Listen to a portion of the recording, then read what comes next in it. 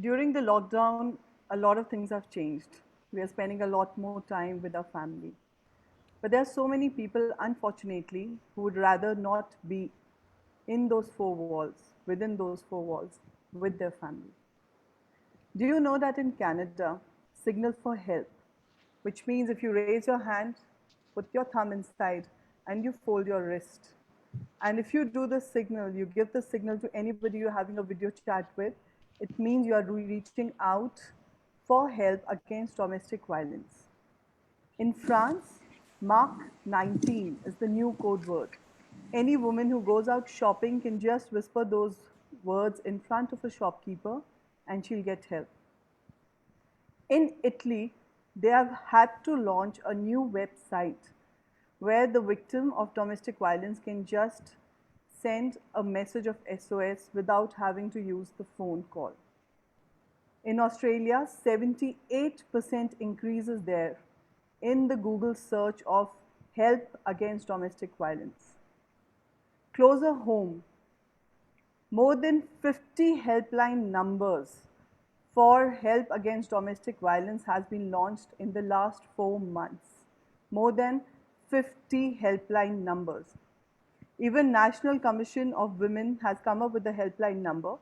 The number is 7735372.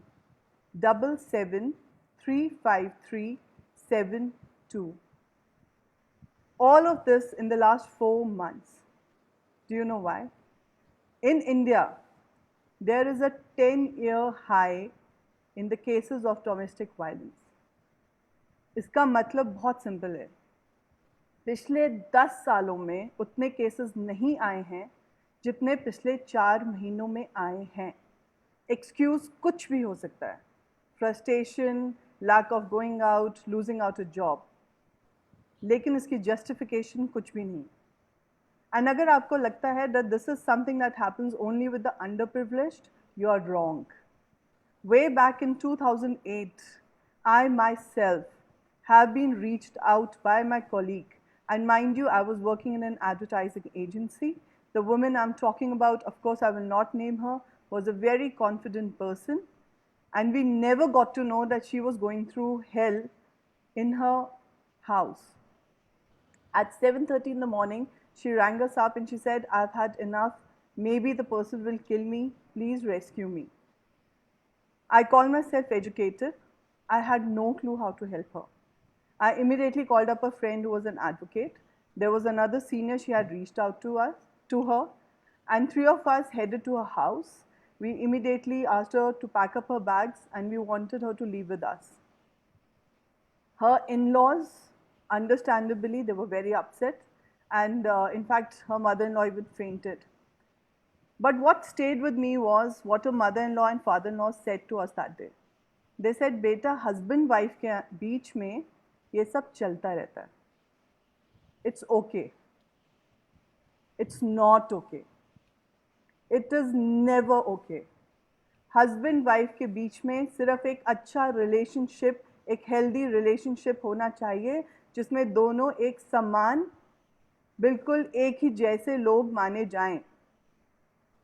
Unfortunately, ऐसा नहीं होता. But we can change it together.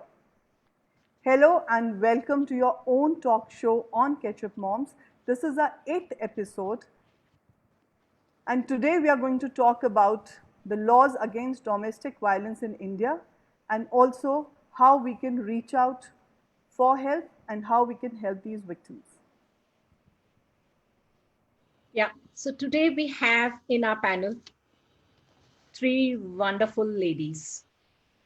Advocate Rishika Arora, litigating lawyer from New Delhi, and a joint chairperson, Commonwealth Young Lawyers Association. Rishika has also started an initiative by the name the Legal Cell India in the year 2019 to spread legal awareness and consciousness to the underprivileged section of the society. We have Ms. Iti Rawat. She's a founder, WEFT, Women Entrepreneur Foundation, and creator of Red Dot Initiative. Her organization has already rescued more than 58 women, the victims of domestic violence, in this last 3 months. We have Ms. Sangeeta Marda Agarwal, the creative business builder and a communication expert, regional leader in linen.org, co-founder 33 and Third Studio X Lab, a wonderful, loving mother, and a survivor of domestic violence. On behalf of Ketchup Mom's team, I welcome you all for a talk show and our lovely viewers. When we came up with this topic, we had millions of doubts in our mind, simply because it's a very sensitive, very challenging subject to discuss on a social platform. When we got associated with these three wonderful women in the panel today, the kind of confidence they gave us, extremely amazing. I guess that depicts their in-depth knowledge and experience regarding the subject and their strength and commitment to contribute to the welfare of the society. While we brave ourselves to discuss this, Ms. Sangeeta, we can understand and we appreciate from the deep of our heart how brave you have to be to open up the subject on the social platform after being in an abusive relationship. And we hope that all the victims of domestic violence will find strength fighting your spirit. Ma'am, honestly, it's an honor to have you in our panel. And if I have to start a question, which is after interacting with you, this is the first question which comes up in my mind. How a confident and an economically independent person like you would take a lot of time to move out of an abusive relationship? I'm glad you're asking me this question. Firstly, a very warm welcome to everybody who is listening to this very, very pertinent social subject. And I would like to thank Ketchup Moms and all of you to invite me to speak here. It's a very valid question that you've asked me, Jayanti, is that why did I take so long to move out? So actually, I'll just give you a little context that I had actually lost my parents when I was in college. And this was after my parents' death that I had got married and got into this abusive relationship. Now, I'm also talking about a period when there were no mobile phones, there was no social media, so everybody was very isolated. I was young, I was vulnerable, and I had stopped working when I got married because I wanted to put in 100% into my marriage to make my marriage. The abuse in my marriage started from the second day of my wedding. I did not know what is happening. I did not know whom to turn. And I thought that I have to make this marriage work. So I think I just kept justifying it and I remained in that marriage for 9.5, 10 long years.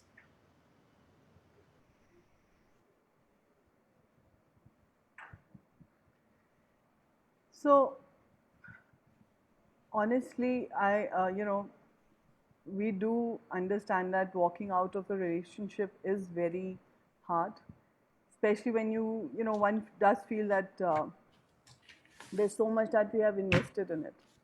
But Iti, what does your experience say? Why do you think that the victims, because I remember when we were discussing with you about this program, you said there's not a single victim who has been subjected to domestic violence for the first time. They all are victims of repeated beating or repeated abuse, right? Is it that they take so long to understand that this is really happening to them, or is it the hope of सब कुछ ठीक ठाक हो जाएगा? So I've got a very simple answer to this. Look at the way the Indian culture, girls are born and brought up. Although in Indian culture, men are told that बेटा पढ़ाई कर ले नहीं तो तेरा घर कौन चलाएगा, खाना कौन पकाएगा, right? You have to become a bread earner of the family Otherwise, you're doomed. How the girls are brought up in India is that बेटा जल्दी से अच्छे से पढ़ाई करो तो अच्छा हस्बैंड मिलेगा, अच्छे से काम करो तो अच्छा हस्बैंड मिलेगा, खाना पकाना सीख लो तो अच्छा हस्बैंड मिलेगा. सब चीज everything is linked to your अच्छा husband. And when this acha husband ka image is there in women's house, generally it's like a Raj type ka ekdam image hota hai ki koi Shah Rukh Khan aayega and somebody is going to come. It doesn't happen that way. That image is shattered once the marriage happens, and if God bless, if that's an abusive marriage and the person is abusive towards you, then that lady to come out of that marriage and think about that there is one herself also that is living. She is not supposed to live for somebody else, she is supposed to live for herself as well. It takes a lot of time and effort for her to break that ice down and come out of it. That is why a confident, economically independent, financially independent women also, they take a lot of time to come out of a marriage. Plus, on top of that, think about it. Uh, when they start off, it starts off with first is marriage. There is a divorce stigma that comes in. Whenever there is a divorce word that is attached to a woman, if it is attached to a man, the fault is generally that अच्छा वो lady जो होगी वो ठीक नहीं होगी. If it is a woman, then other men start thinking, oh, now this lady is available for all of us. Or That hasn't changed now, Iti. that hasn't changes no, that hasn't changed till date. And if the person is divorced, then there is something wrong with her. That is also an added problem. So the divorce word itself is a big word here in Indian society, and there are parents who have actually come up. We have heard parents say that it's okay, थोड़ा बहुत पिटाई विटाई खा रही है तो कोई बात नहीं, divorce अगर करा तो तुम मेरा मरा मुंह देखेगी. But Iti, tell me something. There is also this emotional attachment that some of these victims do tend to have with their husbands or live-in partners, right? That Yeah. also does stop them from reaching out for any legal aid. Yeah, that emotional attachment, I would say, vanishes once there is an abusive relationship that is started, and the lady actually realizes that there is no emotions right now that is active, unless and until he's a psychopath and he's beating one day and the next day he's loving her a lot. Then another day he's again beating her again. The next day, there are people like that as well. So that puts her in a very emotional turmoil and stress. The other thing that comes up is when the kids happen. If there is a child, now not just she herself is financially dependent on the person, the kids also are financially dependent on a father, and there's a father figure now that has come up as well. This gets it even more complex. Now moving out of the relationship is even worse. So that again creates a lot more problems. Rishika, you are a lawyer.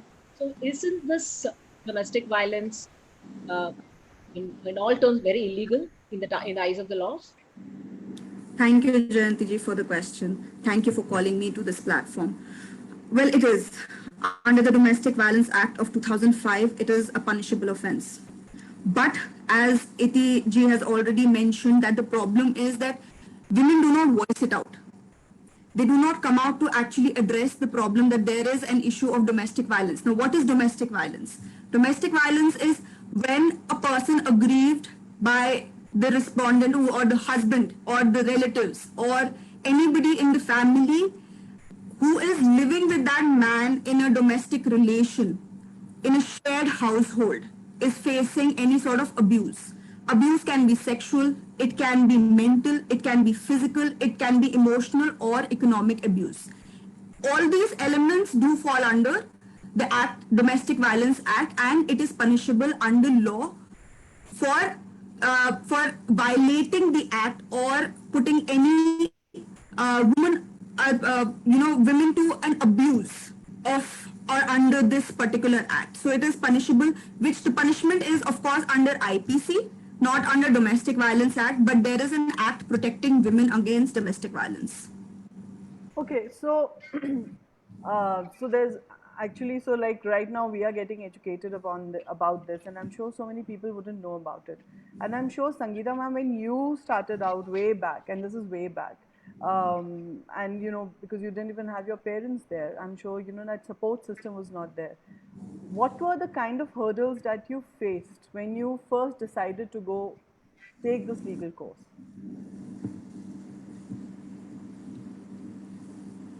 Hello? Yeah. Yeah, sorry. Yeah, so Charu, it's a important question. You asked me what are the legal recourses that I had when I decided that, I want to stand up. Indeed, at that time, I was very ignorant. The only thing that I knew was, like as Iti mentioned, in fact, when she was talking, I thought she was just replaying my life, the same emotions, justifying the abuse. Then my daughters were born, and then I thought that, maybe I need to stay back in this marriage for the financial dependency. But when I decided to take a step, uh, I turned to my friends. Some of them were supportive, of course, some of them were not. But legal recourse, I did not have any. So I did not approach any lawyer. In fact, when later on, after I separated, and then when I decided to divorce my ex-husband, uh, the lawyer whom I went to told me that don't even talk about domestic violence. I'm going to put in the papers that you were emotionally incompatible and that this is happening due to mutual agreement.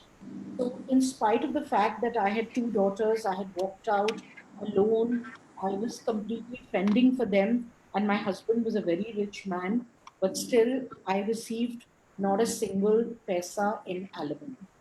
So, ma'am, did he give you a reason why? Why did he suggest that you should not put in the domestic violence clause there? I mean, As far as I remember, I don't even know. It was just somebody suggested me, so I went to this person, and he said, "ये सब झमेले में मत जाइए. ये बहुत सब लंबा टाइम झमेले आपका में केस चलता आपका जाएगा. बदनामी होगा.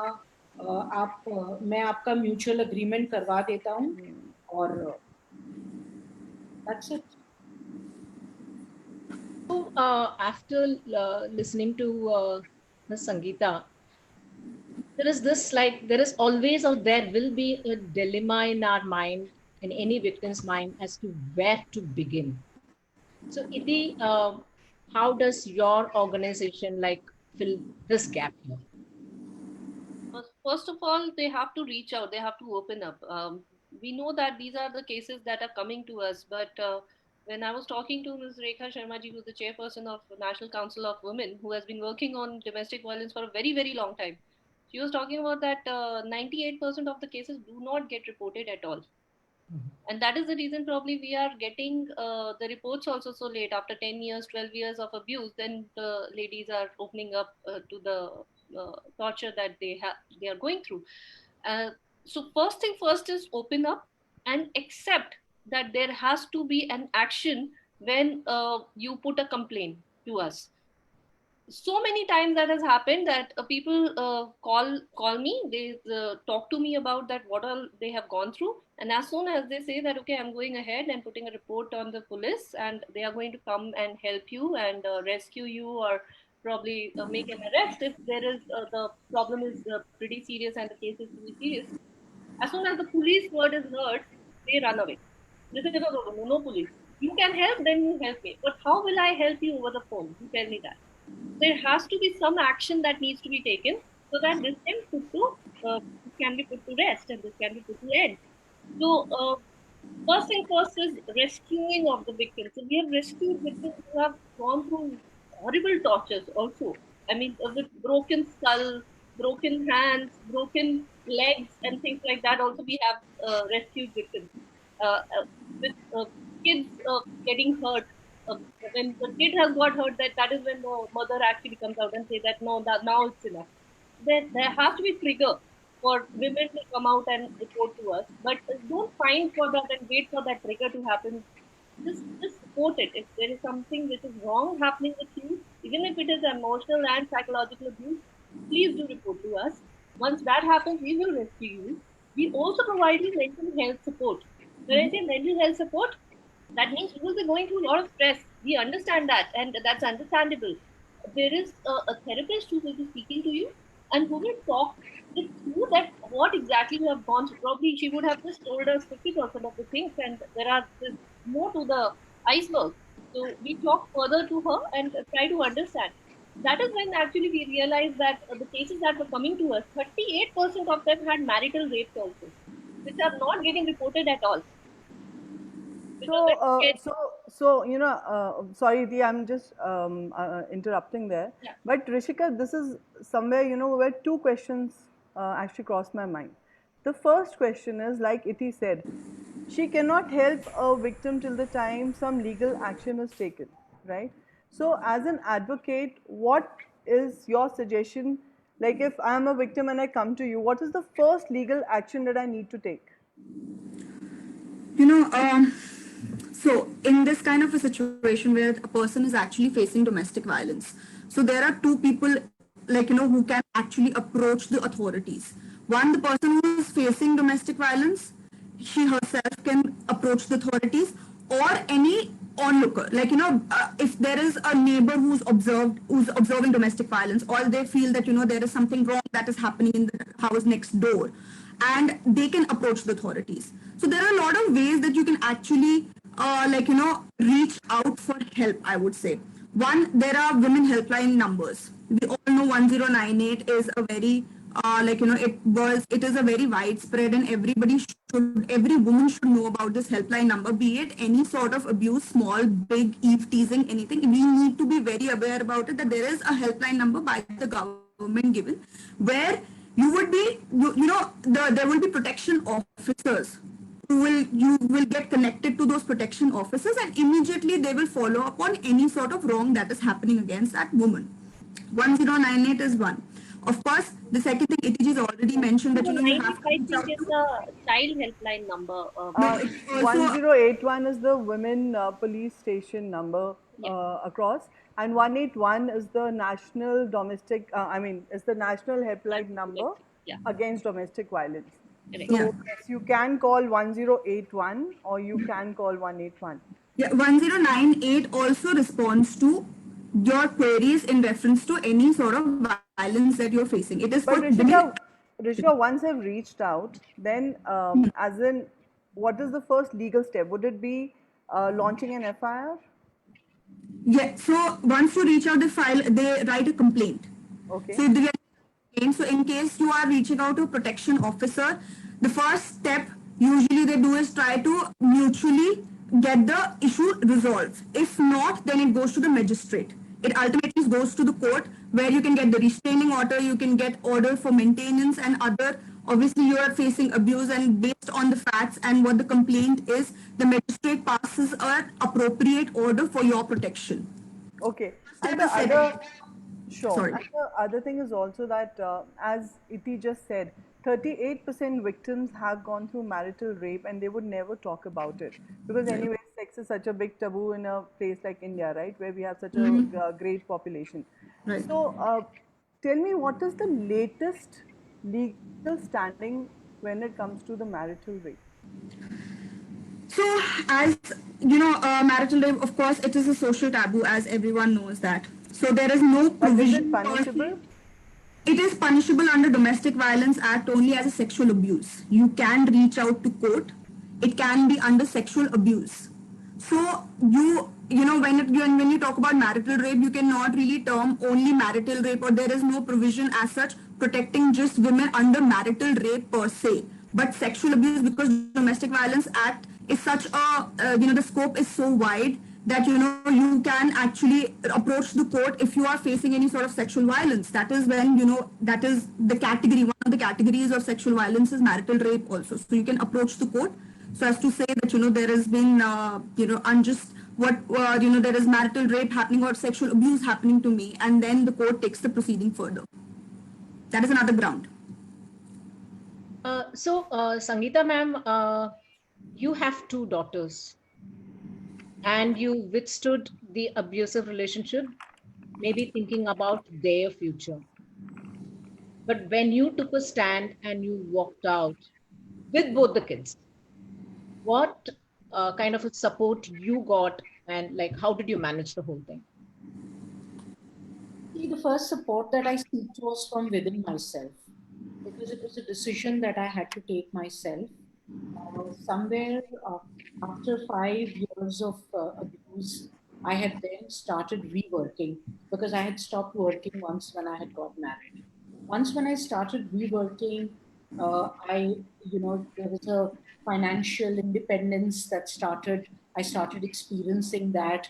And then, of course, as Iti said, the trigger came when my children started witnessing the violence and started, either falling sick or crying or speaking up about it.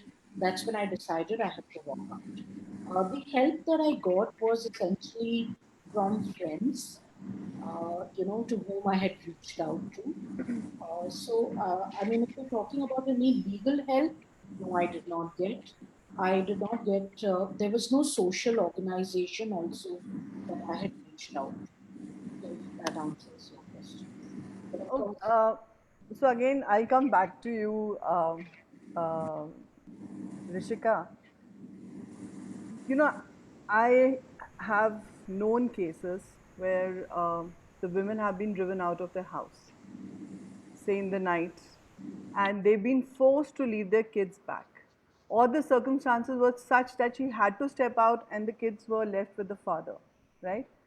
Under such circumstances, is there any immediate legal relief where the mother can get the kids' custody? So, immediate relief, as in for custody, maybe not. But for getting a protection house, like a protection shelter, yes, she can. So, once, of So course, that would be something that the mother would get in terms of help for herself. But what she will not, there is no immediate relief where I can go and say that, but my kids were snatched from me, and I do need to meet them now, and I do need to kind of get to stay with them. yeah, so you have Nothing. to approach the magistrate for that. So the protection officers, of course, they are the what do you say, the policemen who would be the women actually, police officers who would be helping you, and the magistrate would be passing orders as per the situation of the case or in hand. So once you actually reach out to the protection officer has the duty to actually make sure that you're safe, provide you safe shelter, and provide, in case there is a possibility, if you've been driven out of the house, there are a lot of times, like, women do not want to go back because of the abuse that they are facing. So they scare themselves. So it depends on the situation whether the protection officer would ask you questions. And as I said that, there will be a mediation. If not, then you move to the magistrate.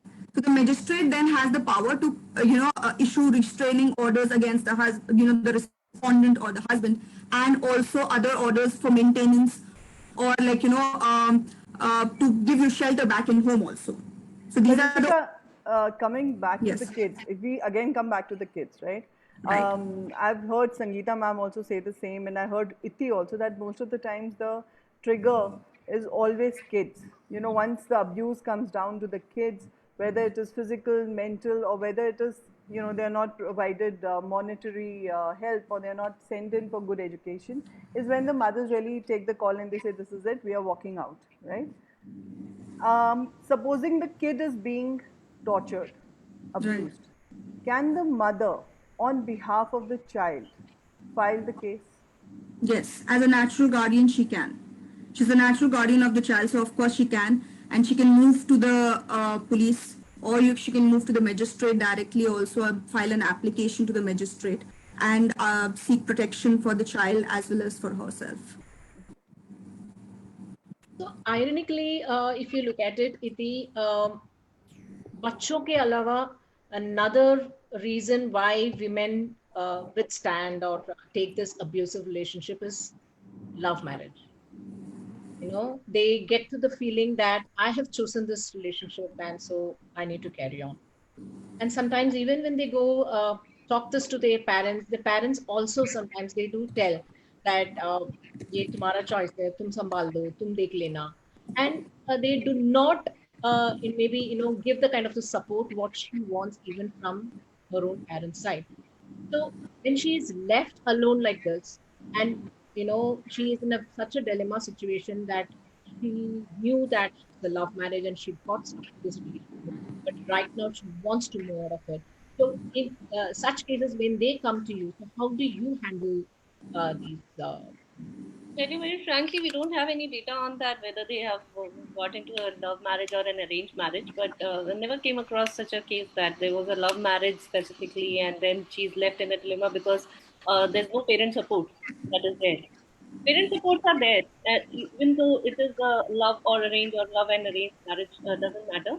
Uh, the major reasons of women sticking back is the financial support that the husband gives. Generally, 98% of the victims that we had were financially or economically somewhere or the other dependent upon their husband. Even those who were earning, the ladies who were earning also had somewhere or the other some financial commitment or investment done with their husband, which was making them stay back. Either it was home or property or something or the other was there, which they could not really immediately do away with. So these are the findings that we have had. As far as the support is concerned, we have typically seen from the family, and it's generally the new generation or the little open minded parents or guardians who had come out for support. But the conservative society, we have seen that they actually don't help out the victims, and in fact, they tell them and to somehow withstand the marriage, somehow just let it go. It's okay to get abused. It's okay. These are the things. Once it has happened, next time it will not happen. I've in fact seen one of the case where the victim was again and again requested by the parents that you do something for your husband so that he becomes happy. There's something wrong with you. You might not be doing it very well. You are a bad wife. So if you will do things better, then things can get better and he will not abuse you. That is not the reason for the abuse. The abuse is happening because the person is got something emotionally. He's under stress, he's under frustration, and he's taking out all the frustration on the wife or the sister or the living partner, whoever the person is staying with, and that is incorrect. That they have Yeah, to tell. in fact, it is very interesting that you're saying that it's not because of XYZ factor.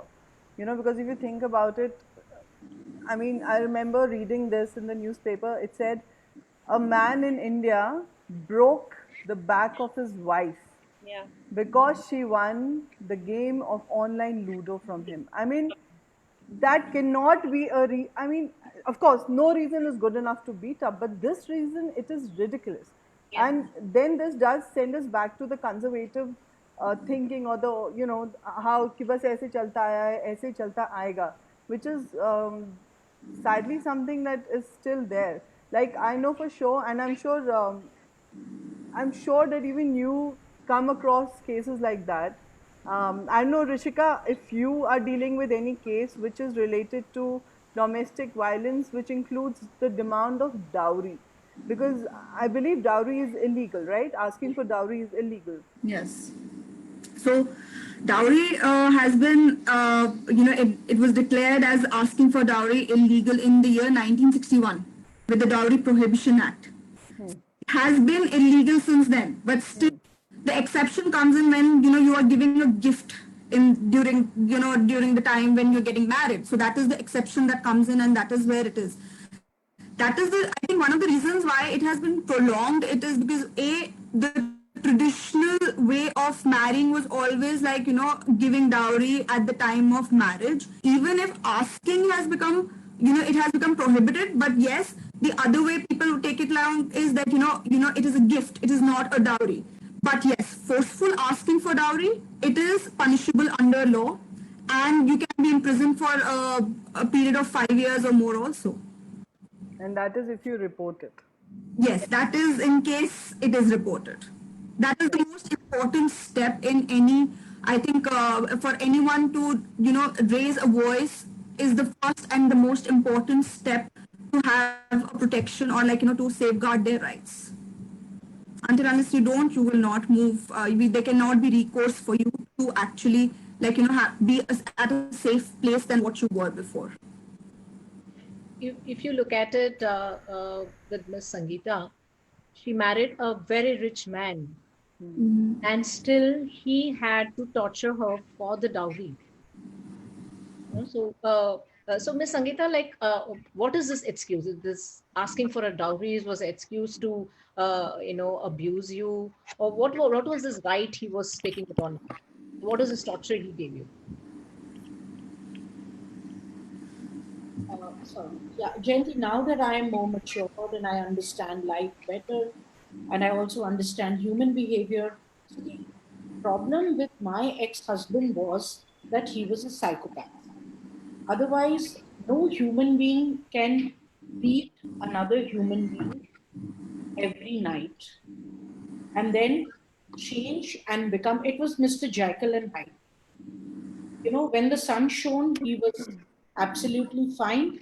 When the sun set, he became a monster. So, this was the problem with him. But his in laws were extremely abusive, not physically, but verbally. They were very, very abusive to me. And obviously, this kind of a verbal abuse leads to mental abuse and emotional abuse because they said कि शादी हमारे हैसियत से नहीं हुई. So they never said the word dowry, but they said कि गहने हमारी हैसियत के हिसाब से नहीं आए, शादी हमारे हैसियत के हिसाब से नहीं हुई, and they constantly told that to me. So, you know, I mean, there are ways they did not use the word dowry, but for dowry, yes, I was constantly tortured for years at it. So, okay, so one thing is beating, they never have an excuse. They just do it because they have probably a mental condition. And but when it comes to the victims, and Iti, I would really ask you this because your organization has been working so closely with these women now. Um, most of these women also have an issue where they think that they cannot provide for themselves, whether it is the money for a legal course or whether it is where do they stay, right? So, is there any state sponsored help that is available for these victims, or NGOs or organizations like yours, apart from getting them a legal help, do you also provide them shelter or some kind of, help like that? Yeah, no, we do. So our first, second, and third step. The third step is first is of course rescue. Second is providing mental health support, and the third is making them financially independent. That's the third step that our NGO will be doing. For any victim who comes to us for by providing them jobs or providing them entrepreneurship opportunity, and there is a proper program that we have developed for that. Not all women can become entrepreneurs. We realize that. So people who opt for entrepreneurship, they have to go through a rigorous online program, and then they have to submit as a business plan where we support them little bit financially, not too much, but at least something that they can start off with. And we do provide them a lot of opportunities which can help them to start off immediately. As far as the jobs are concerned, people who are looking for jobs, we have good resources and connects. Now there are a lot of partners who are coming to us and joining our hands with us, saying that any domestic violence victims is there, then we are going to support them with the job. So that with that corporate connect, we have actually been able to provide jobs to many victims, and they're very happy and financially independent, and they are living their life superbly and super confidently. So But Iti, is there any state help also extended? I know for sure that Australia has recently, it has given some $78 billions that have been put, for domestic violence help. unfortunately, currently it is not there. But as far as the shelter is concerned, there is a government-run organization called as Sakhi, which is providing shelter to victims who are any women who's a victim who's looking for a shelter. So we also take a lot of help from Sakhi shelters at times, or other NGOs which are providing shelter to women. We don't have any shelter homes, so we call them safe houses. Now, these safe houses for the victims could be either their friends and family houses first, or if they don't have anyone or anything at all, So during this lockdown, we have to tell them that it is Sakhi home that you have to go to. Okay, coming back to the same dowry thing, Rishika, like if a woman who is tortured for dowry and she wants to go to take the legal course and she approaches the police, and what happens if the police does not file an FIR? Like Does they, not okay, does not file an FIR, then you can approach the magistrate under section 156 CRPC. So you can approach the magistrate directly, issue filing a complaint that this is what has happened to me, and the police is refusing to file an FIR. This is a legal a legal recourse in case there is any sort of the help is not available through police, so you can directly approach the court. The person or the victim has to approach the court directly, and then the magistrate will issue directions to the police to file an FIR. Okay. Sangeeta ma'am, there was a question that said, domestic violence mostly happens within the four walls of a house. And mostly the witness would be probably your child, who, for all reasons would not be such a good witness, right? Emotionally also.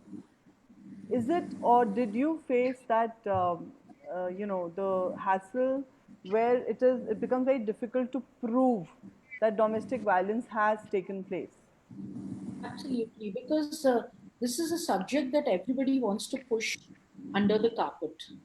So, apart from my children, my neighbors, they knew because, I mean, they knew there's something happening.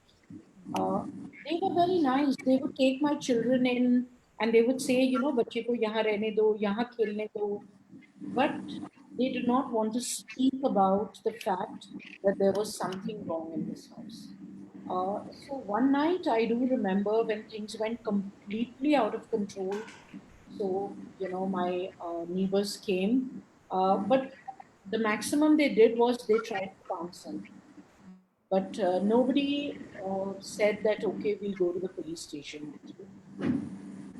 Is it because, Rishika, is this because it becomes very difficult to kind of prove it?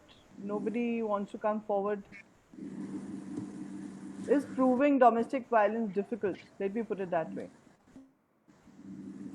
I don't think that is the issue, that proving domestic violence per se is difficult. Like so it is certainly, this act has been made for protection of women, and it is a known fact that a lot goes behind the doors, and the first step, of course, like a lot of times what is the obstacle is, like nobody wants to get into a legal battle. The problem comes there. Nobody wants to be involved in a legal battle. Nobody wants to be there, like involved or like associated with the legal battle, because there is a presumption that it prolongs for a very long time. So that is one of the reasons that people shy away from going into legal battle. But yes, like when things like domestic violence happen, there is immediate recourse also, which is available through under Domestic Violence Act. Of course, you have to move to the magistrate, but there's an immediate recourse also, that they provide you protection orders. They provide you, a residence order, where they can also issue this order to the husband or to the respondent, asking them to be removed from their place of dwelling or the house that they are living in, and the right is given to the woman. So all these recourse can be taken, but yes, I think it is always about taking the first step, approaching the legal authorities, and voicing it out, as I have been saying all throughout the session. I think it is I'd Mm-hmm. like about to voice. just chip in this, Rishika. This is a typical bystander effect that we see in every person, and nobody wants to get into that typical police ka jhanjat ya court kachari ka jhanjat ho jayega. And this is the issue that we are facing right now of people not raising voices. I've had incidences when people have called me, told me that there are a lot of noises coming from this house. I can hear bachao bachao happening, but you go and you check it out. Right. Even though I'm just two steps away from that door, I will Yes. not budge in. I will not get Right. into that house and check that what's happening to that victim. But Yeah. you walk all the way from a different place altogether, and you go and check it out that what's happening inside that. Right. That bystander effect happened at Nirbhaya case. It happened at all the accidents that you have been seeing. Because of that, now that I think there is a new law that you have to safeguard the accident victims, and you will be there will be protection. But in the domestic violence cases, till date, people have that fear that दूसरे के मामले में नहीं पड़ना है या घर में नहीं घुसना, घर का मामला है. It is not घर का मामला. It is a crime that is happening. That is the awareness that people should have. I think on that I would just want to make an observation that I have felt like, being a part of the legal cell that I am running, I have had the I took that on me to actually reach out to these victims personally and talk to them about it, like, what is exactly that is wrong and why do not they voice it out. I think it is so it is engraved in our system so deep that nobody wants to voice it out if they think that it is okay, because we've seen our mothers getting beaten up, we've seen our aunts, we've seen everyone around us getting beaten up, so it is okay to accept that wrong because everyone in society is doing it. Secondly, when you actually reach out to women, then it is that emotional, they get that emotional attachment, they have that emotional attachment with their husband that they feel it is okay to get beaten up for 2-3 days, and then if he takes you out like for a day or like, makes it up to you for the next day, then it is fine and we can live in that abusive relationship because we are ready to take it on us. So I think more than just not reaching out to for legal help, it is also emotional, psychological that women do not reach out. And if I talk about neighbors and relatives, it is not that it is not happening in their houses. Maybe it's happening something is happening in their house also, which they are having a blind eye to. They're not looking towards it as something as wrong. As I think in the beginning of the conversation, as you mentioned this, like where this they say that it is okay in chalta hai shaadi mein aisa. So it is all about like psychological, emotional, and of course legal. It is all intertwined, I feel. Yeah, you're right. Suppose if the victim gets into the legal course and approaches the court, and the court gives a kind of a protection. Okay, Right. still, no. What if these offenders they don't respect the court's verdict and they still intimidate the victim? So what happens then? What is the legal course then? So you can reach out to the police with the order, the restraining order, the protection orders that you have from the court, and the police are duty bound to actually act upon those orders, and they will reach out for you. They will make it sure that you are protected. Or if that does not go that well, so you can again reach out to court, wherein the court will give directions to the police to actually make it happen and make it a safe home for you. So, Madla, the victim can stay under the same roof as the accused with some security from the state. Yes. So, as I said, you have to move to the magistrate. You have to move an application to the magistrate. The magistrate then passes the order, either restraining the, the respondent or the husband in that case from any sort of abuse that, that can happen to the victim, or they can actually ask the respondent, the husband also to remove from the house, that, you move out of the house and this is going to be the dwelling place of the victim and she's going to be staying here. Or they can also pass an order saying that you both stay in the same house, but if something like this happens and it is going to be punishable, and you can approach the police to take the recourse. Okay, so ladies, there are a lot of questions from the viewers here. Some of them do not want us to take their names. Some of them have sent it to us on the messenger. So I'm sure Shiny is going to join us in a while with those questions. Before we reach those questions, I want to once again remind all the viewers, if you need to reach out for help, the number is 181. And if you want to help somebody and not get into their personal space, the number is still 181. And before Iti, I ask you to talk a little about your organization and tell us how we can reach out to the victims through that. Because I know that this red dot is what Iti has started, and this, I think, and Iti, honestly, I found it very sad that this is also the mark of marriage. right? Correct. During our, अगर और कुछ भी नहीं करते हैं तो at least शादी में एक डॉट लगा देते हैं for mehndi, which is supposed to be bring in prosperity and love and whatever, but it's kind of very shocking, but a very powerful symbol that you have chosen. So can you please talk more about this? Yeah, sure. So red dot, I believe that it's actually on the forehead of the lady. That's where you put it, or on the palm when you put it. That actually also shows that there is a strong bond that you will be making, an emotional connect that you will be making with the family that you are going to.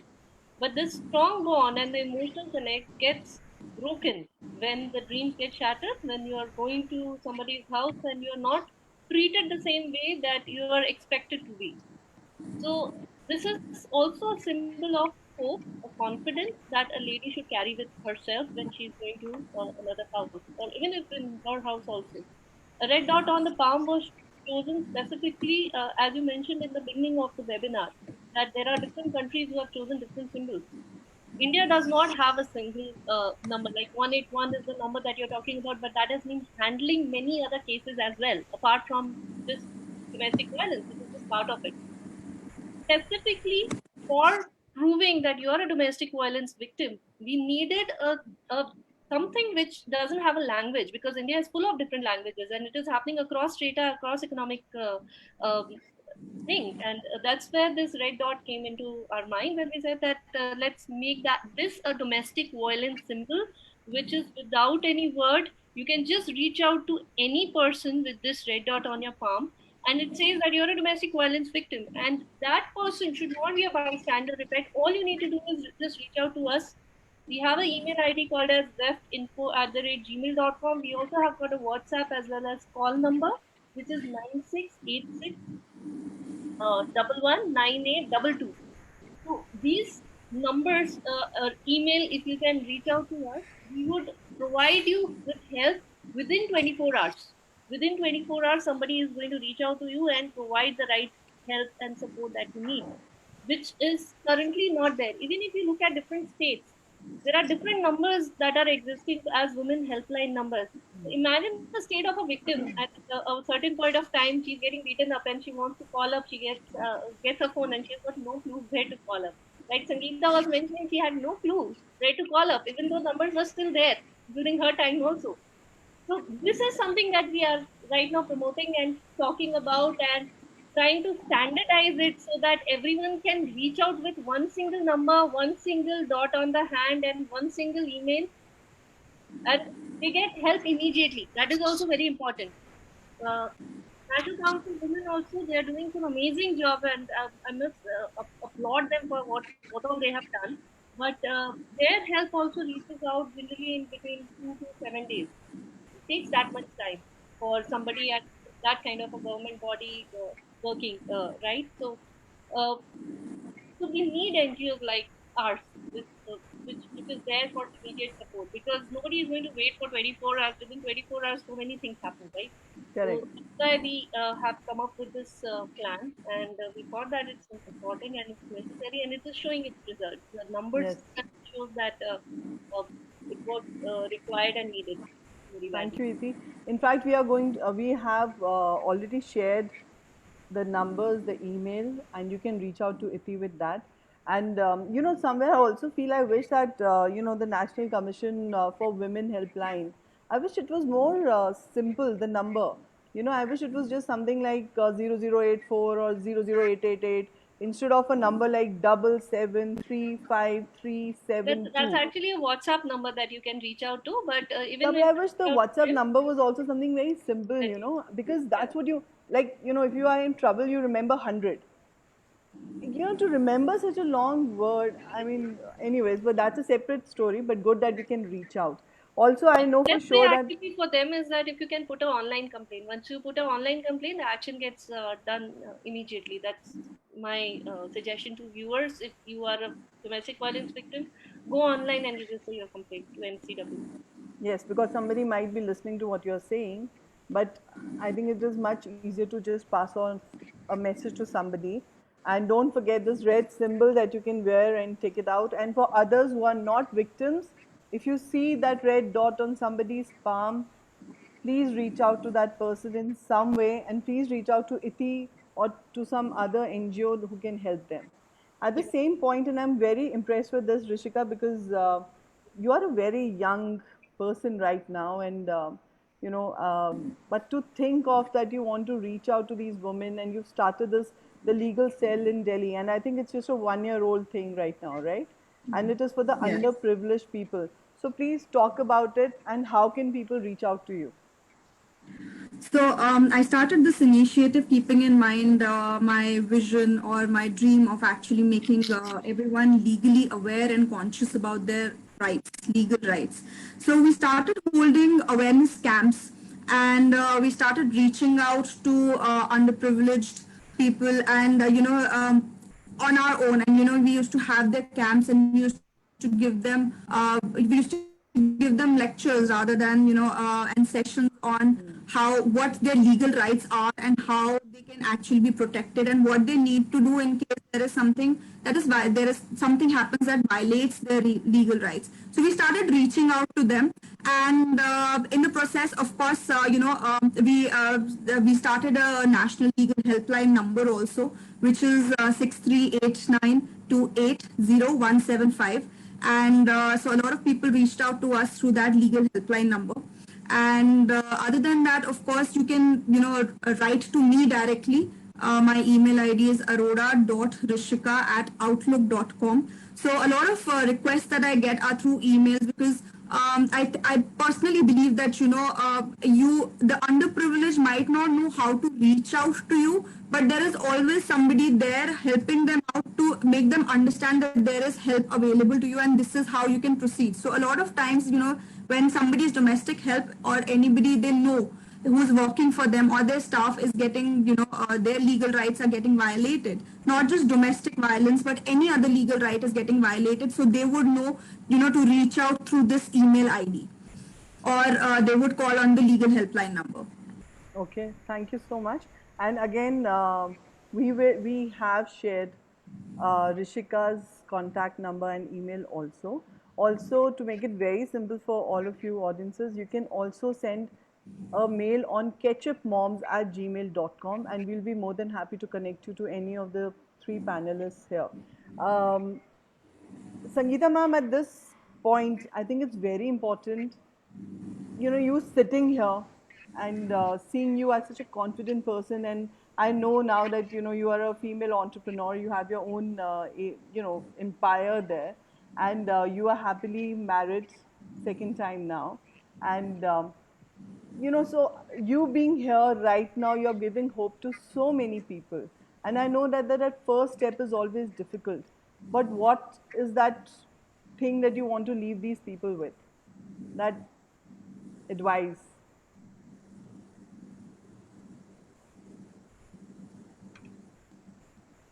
Yeah, if there's one thing that I'd like to tell people, and I'm assuming a lot of young mothers are tuned in today, if you have sons, talk to them in a language which respects women. Tell them stories which are not biased. Do role plays with them where their sisters and their mothers are respected.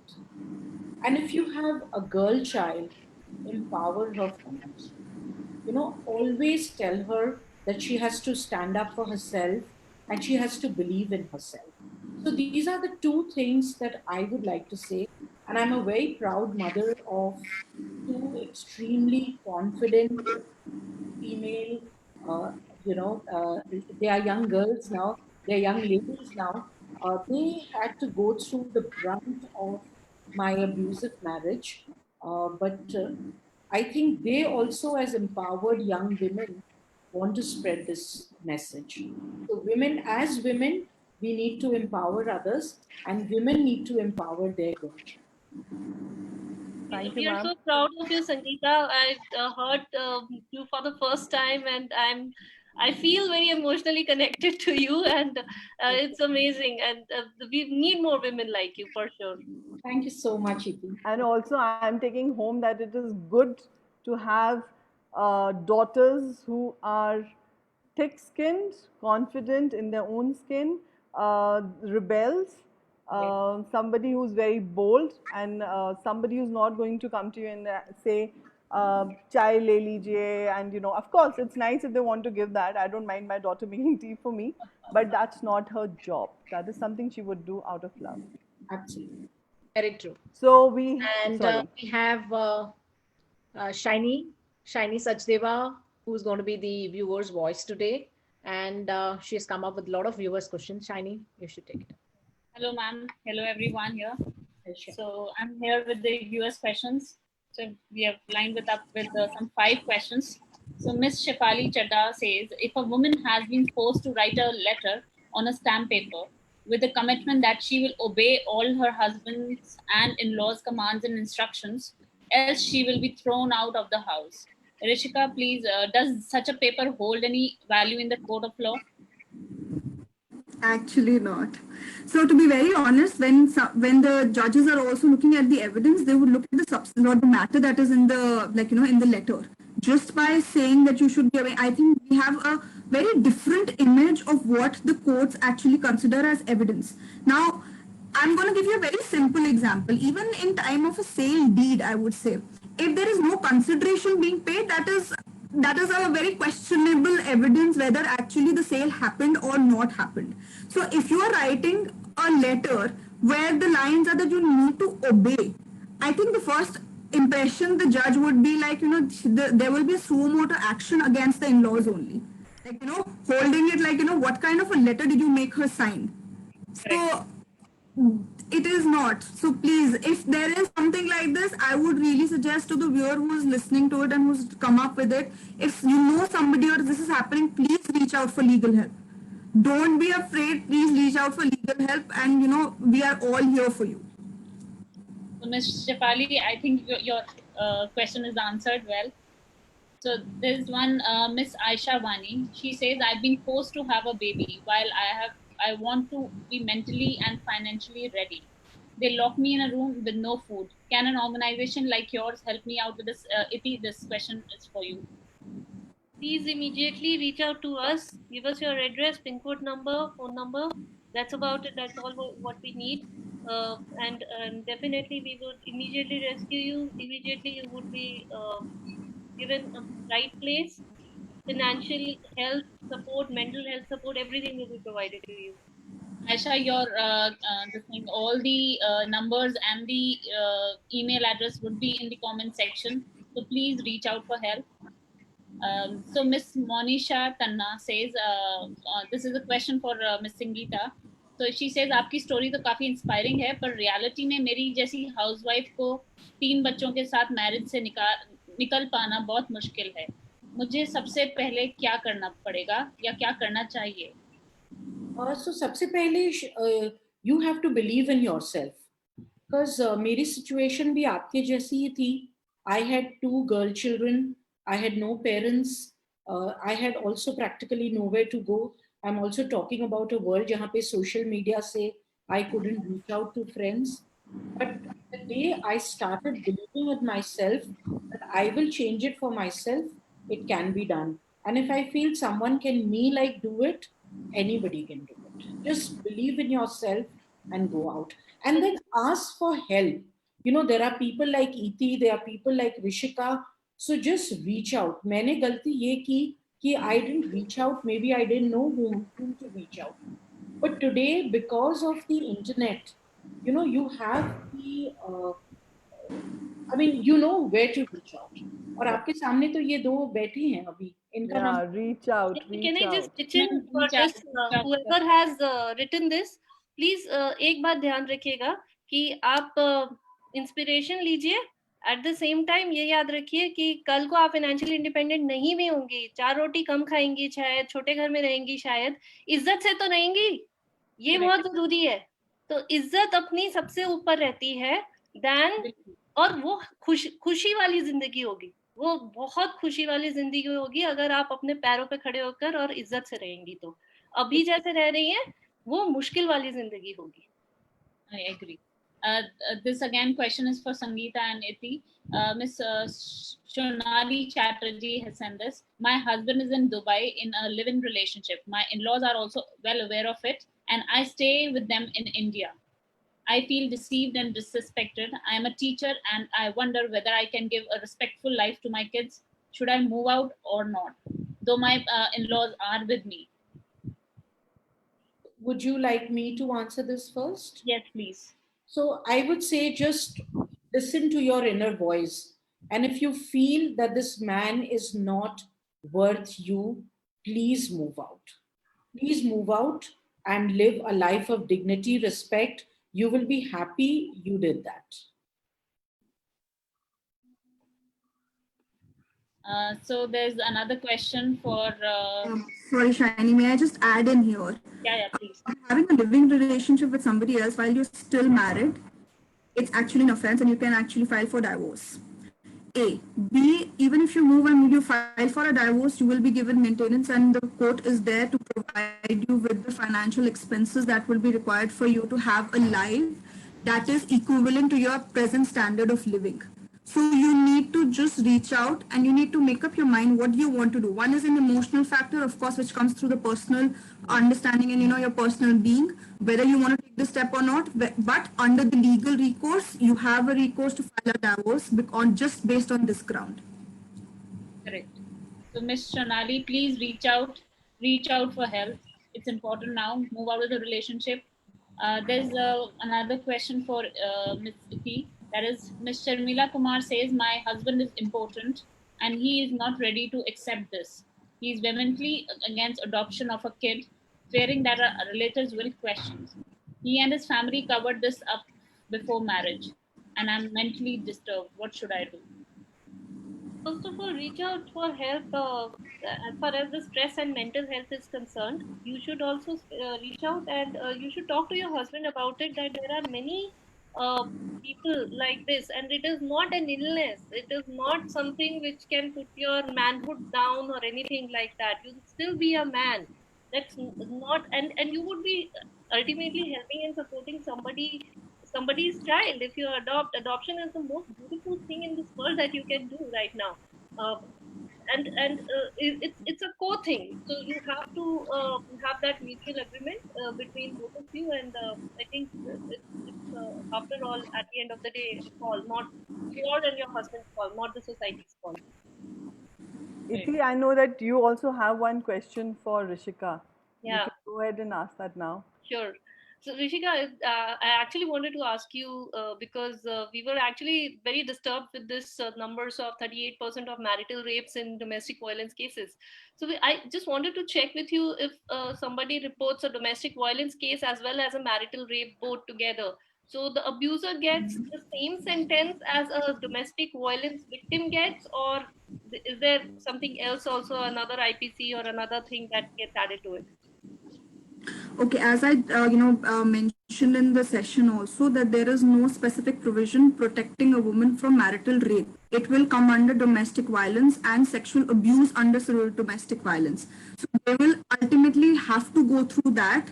And that is also because when you actually talk about sexual abuse, there are a lot of forms of sexual abuse that one can go through, which is not just marital rape. There are a lot of them. And you feel any way abused by your husband or even your relatives or your in-laws for that matter. So you need to go under domestic violence. So certainly there are, when we file a case that just does not stick to one offense, we make a case based on the facts. The facts will probably include emotional distress, also emotional abuse, economic abuse, physical abuse, sexual abuse. So then when the petition is filed, then all the offenses are listed out, and of course it goes to the court. The punishment then varies based on the facts, and obviously that it goes through the evidence and everything, the procedure happens, and yes, it then establishes what punishment is to be given. Rishika, I have one sub question to that. If I'm not wrong, I think marital rape was not recognized as an abuse some years earlier, right? Till date. Till date, it is not. It is not. This is just a lawyer talking out of the out of my professional. Yeah, I think I'll connect with you separately on this. I've got a lot of questions on this, and I think that there's something that we would like to do. So offline, probably post this webinar. Yes, I'll discuss. From a Yes, I think. Sorry. Yeah, was yeah. Sorry, raised, Saini. and I did not want to keep any viewer in any sort of like, that they do not know about their rights. Marital rape is not recognized as rape in India, but yes, you can move under domestic violence as a sexual abuse. So that is the recourse that you can take. This is just a lawyer talking out of the professional arena of hers. So that is how it is. And there's another question from for Rishika, that is Miss Padma Suresh. Ma'am, I had acquired a hereditary property from my grandfather, a huge plot of land, and I was made to transfer that onto my husband's name by my in-laws, saying that whether it is on my name or his name, it's all the same. Later, my husband transferred it to my mom-in-law's name, and now she wants to sell and give it that money to my sister-in-laws. And when I object this, I get slapped and tortured, saying that I'm unnecessarily asking the right on the property. Is there any rescue for me? How can law help me in this? And I want to get out of this relation as I'm tortured very badly. Okay, I would, since it's a personal matter with the very specific facts that you've told me, it would be best that actually you speak to me directly than me actually coming out and telling you about all the recourse that you can avail on the social media platform. I mean, there are a lot of viewers who are going to be seeing it. So, of course, if you have any documents, if you have any other proof that can actually tell me exactly, like, the facts that you've just narrated, it would be very helpful, and move to the court if that is, if you are being abused. Obviously, we've been talking about Domestic Violence Act here. That is your recourse. But yes, when you talk about inheritance and your property, there are other recourse that are available under law. So then I would suggest that you reach out directly than, me spelling it out here for your own safety. Please reach out. I think there are 2-3 laws all linked together. So please reach out, Ms. Padma Suresh. So we are done with the question as of now. And any question, please, you can leave it on our messenger. We are all here. We have experts here to answer them all. Thank you, Rishika. Thank you, Ti. Thank you so much. Thank So you. before we log out, I would just like to, request viewers that when you have any personal facts relating to a matter that you are facing, do not write it on the public media, public platform or the social media platform, because this is something very personal to you.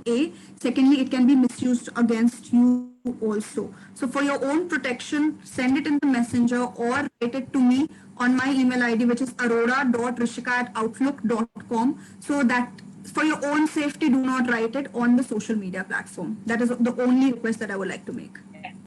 It's a great job that Rishika that you are doing, and I must compliment you at such a young age. You're doing some tremendous job. I would just Thank like to add for my viewers that please, if there's any domestic violence that you see, if you see any person with a red dot on the palm, please reach out to us on weftinfo@gmail.com, or you can reach out to us on WhatsApp, which is 9686119822. Ketchup Moms, thank you so much. It was an amazing platform. I think you guys are doing some tremendous job. If possible, if anyone reaches out, you guys have my email ID, my phone number, etc. Please do reach out with any cases that are. Sure. We will do Over that. to Jayanti, I guess now. Yeah. Thank you. And well, this brings us to an end of a very emotional and an empowering session. I feel while this talk show will have an end, will there be an end to this shadow pandemic, which is growing as big as corona pandemic? That remains like a big question in our mind, simply because it's a hidden problem. It's a hidden crime that happens within the four walls.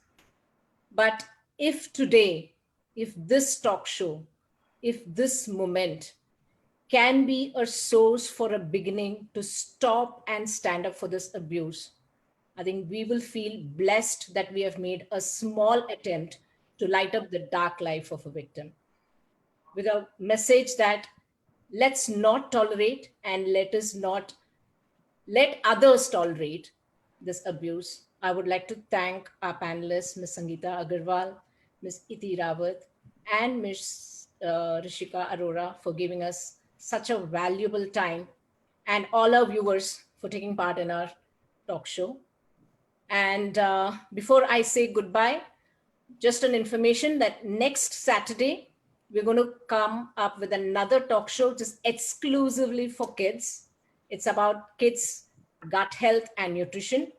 We're going to have in the panel one of India's sports nutritionist, Miss Shaini Surendran from Chennai, and gut health expert, Dr. Janvi from Mumbai. So please fine tune and stay connected with us on 25th of July at 5 p.m. So for now, this is Jayanti Ramnath, Charu Chitwal, and Shaini Sachdeva signing off.